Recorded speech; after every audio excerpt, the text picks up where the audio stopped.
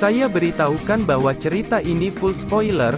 Sebelum lanjut ke ceritanya, subscribe terlebih dahulu biar tidak ketinggalan episode selanjutnya. Yuk digas!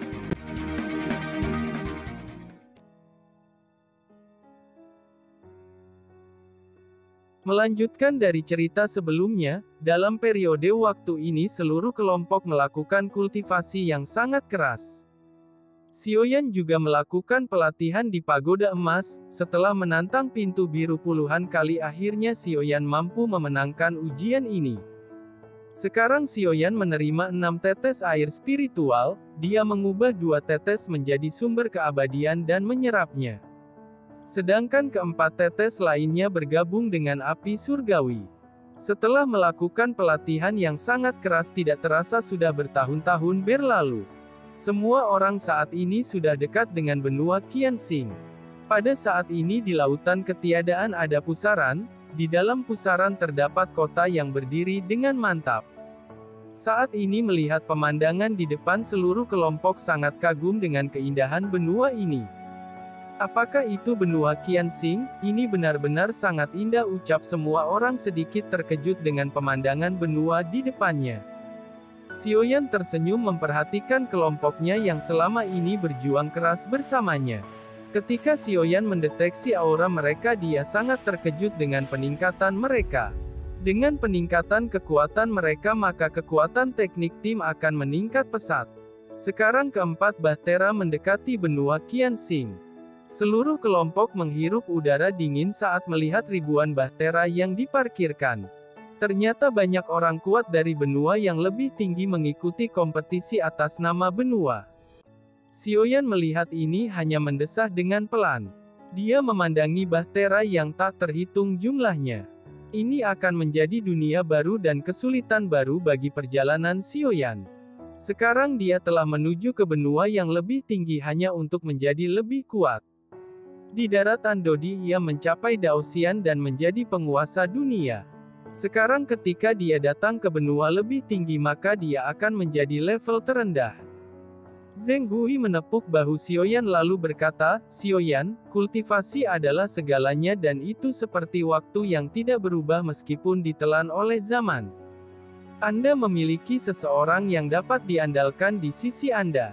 Di masa depan Anda akan perlahan-lahan melangkah menuju puncak tertinggi dari semua benua," ucap Zheng Hui. Sioyan memiliki seseorang yang dapat diandalkan. Sebagai contohnya adalah saya, ucap Xiozan dengan ekspresi yang bangga. Benar apa yang dikatakan oleh Xiozan, selama kelompok kita bersatu maka tidak ada yang mampu menyakiti kita, ucap Mollystrom. Sioyan tersenyum dan menganggukkan kepalanya. Setelah meletakkan bahtera tabut, seluruh kelompok mengikuti Kang Dong menuju kota yang paling dekat dari sini. Di dalam benua Qianxing banyak bangunan-bangunan mewah di sepanjang jalan. Pada saat yang sama Kang Dong memberitahu aturan-aturan yang ada di benua ini. Pertama-tama saat memasuki kota ini siapapun akan dilarang terbang. Jika kalian melanggar aturan ini maka itu bisa menjadi masalah yang sangat besar. Yang kedua, di benua Qianxing jangan pernah memprovokasi para penjaga kota. Peran mereka adalah menjaga benua Qianxing dari tangan orang-orang yang kuat. Begitu Anda memprovokasi salah satu dari mereka, maka Anda akan menjadi musuh dari seluruh penjaga di benua Qianxing, ucap Kang Dong. Sioyan, untuk saat ini Anda akan tinggal di markas Kang Dong. Dia akan membantu Anda untuk menjual 4 unikron itu, ucap Ding Yue. Lin Dong menangkupkan tangannya ke Sioyan lalu berkata, "Saudaraku, dalam 2 hari saya akan mengajak Anda untuk keliling benua ini. Sekarang saya akan pergi untuk mengurus sesuatu," ucap Lin Dong.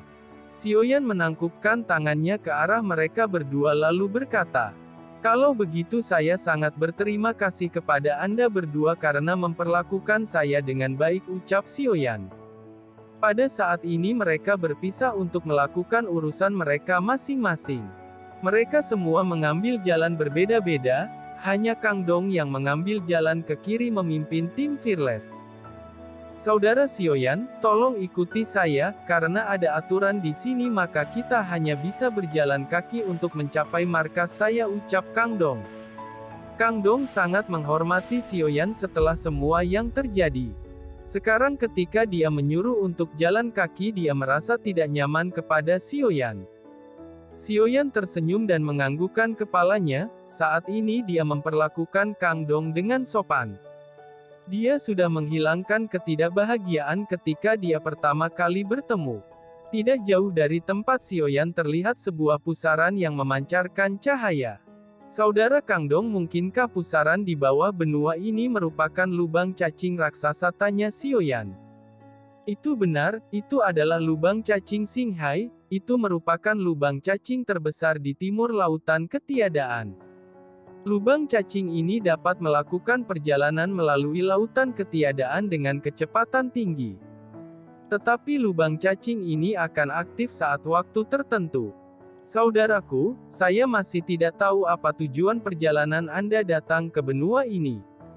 Namun jika Anda tidak nyaman untuk mengatakannya, Anda bisa melupakan pertanyaan saya, ucap Kang Dong. Sioyan sama sekali tidak menutupi tujuan dia datang kemari. Oleh karena itu dia tersenyum dan menjawab, saya dan semua kelompok saya datang ke benua ini untuk mengikuti kompetisi atas nama benua, ucap Sioyan. Kang Dong yang mendengar ini wajahnya langsung dipenuhi dengan keterkejutan. Dia menatap Sioyan lalu berkata, kompetisi atas nama benua merupakan kompetisi yang sangat besar, banyak orang-orang kuat di benua yang lebih tinggi berpartisipasi dalam kompetisi ini. Bahkan banyak talenta yang dikembangkan oleh pasukan utama mengikuti kompetisi ini. Saudara Sioyan, saya khawatir dengan kekuatan yang Anda miliki, Anda tidak mendapatkan hasil yang memuaskan. Terlebih lagi Anda bisa terbunuh saat mengikuti kontes ini, ucap Kang Dong. Sioyan tidak menyangkal hal ini, dia juga tahu bahwa kekuatannya saat ini masih lemah. Tetapi dengan pengalaman kompetisi ini maka kekuatannya di masa depan akan ditingkatkan. Sioyan mengembuskan nafas lalu berkata, saya mengerti apa yang dikatakan oleh saudara Kang Dong. Tetapi saya masih akan mengikuti kompetisi atas nama benua. Meskipun kekuatan saya masih kurang, namun bukan berarti saya tidak bisa berkembang di masa depan. Kompetisi ini sangat cocok untuk meningkatkan potensi saya, ucap Sioyan. Saya sangat mengagumi keberanian dari saudara Sioyan. Bahkan saudara Sioyan menggunakan metode bertarung hidup dan mati untuk meningkatkan kekuatan Anda. Metode seperti itu tidak semua orang berani melakukannya. Saya yakin masa depan saudara Sioyan benar-benar tidak terbatas, ucap Kang Dong. Saudara Kang Dong, ada sesuatu yang ingin saya tanyakan kepada Anda.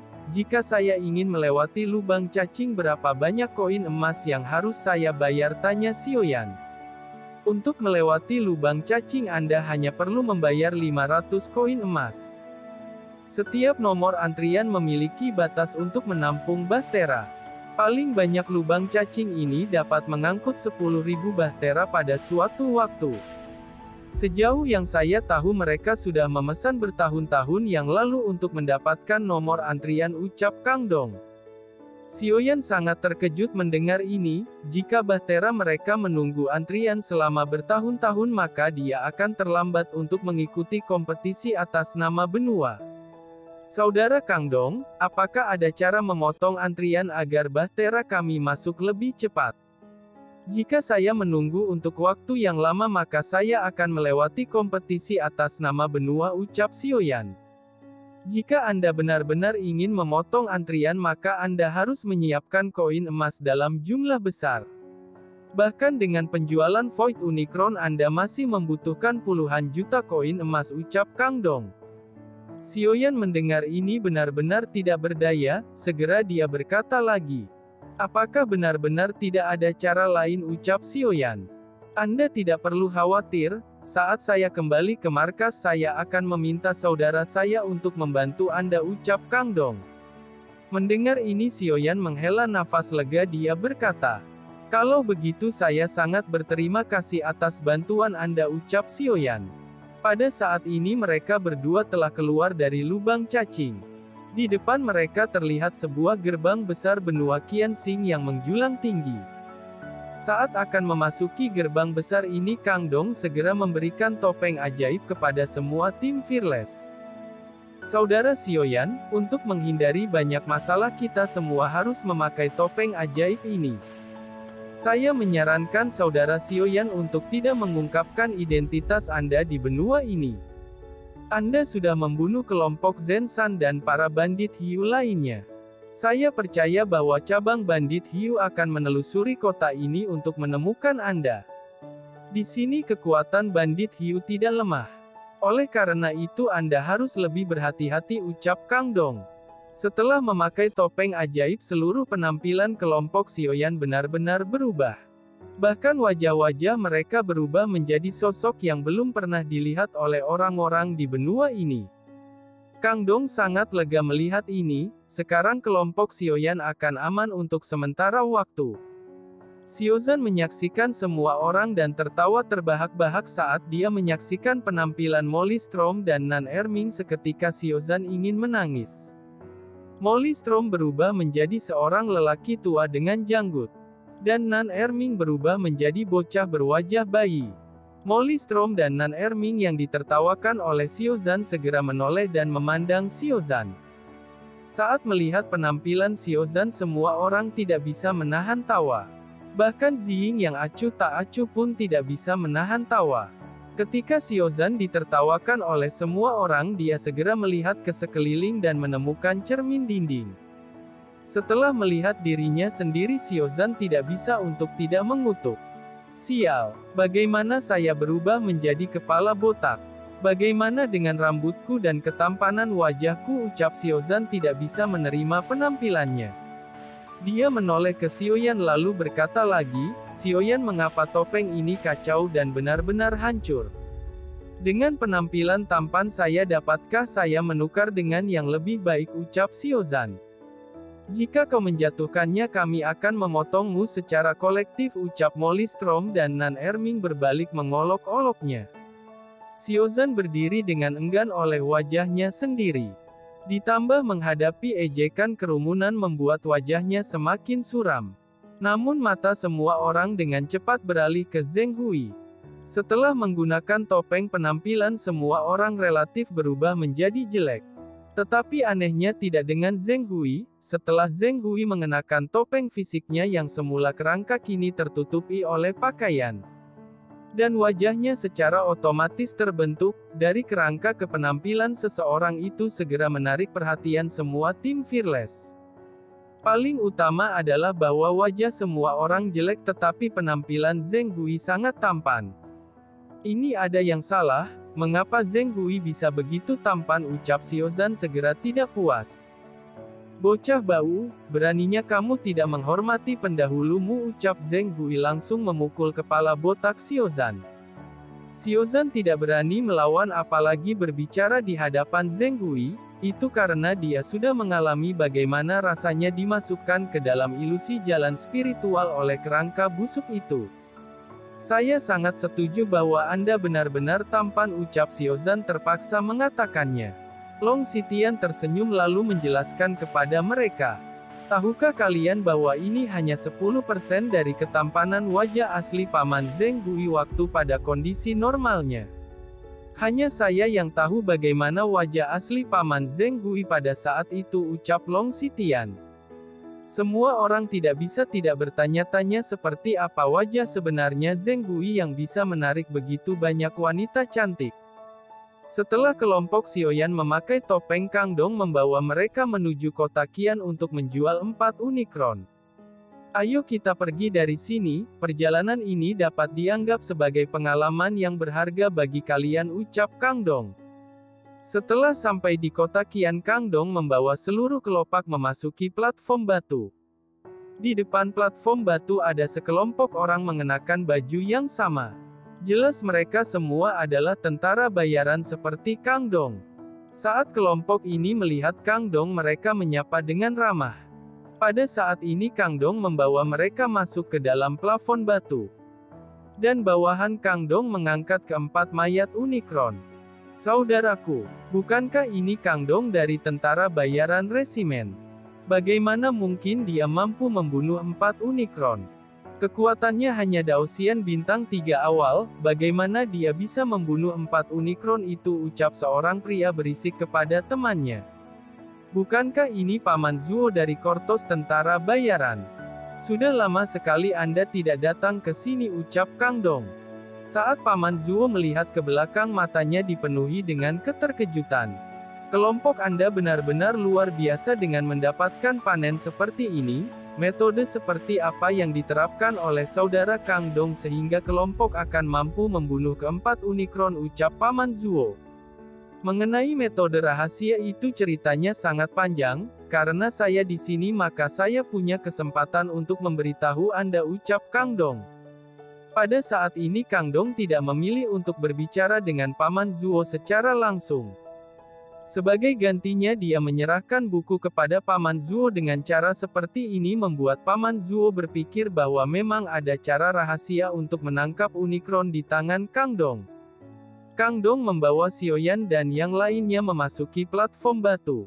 Saat mereka memasuki platform batu mereka melihat jelas bangunan yang lebih besar dari Soku Mansion. Kang Dong membawa mereka ke dalam markas resimen tentara bayaran.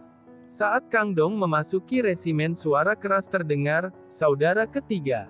Anda akhirnya kembali ke kak pertama, sangat merasa dia mendengar Anda terluka, ucap pria muda yang ternyata kakak kedua Kang Dong. Saya baik-baik saja, ucap Kang Dong segera menepuk bahu kakaknya. Setelah itu seorang pria yang merupakan kakak pertama Kang Dong segera keluar ketika mendengar Kang Dong kembali.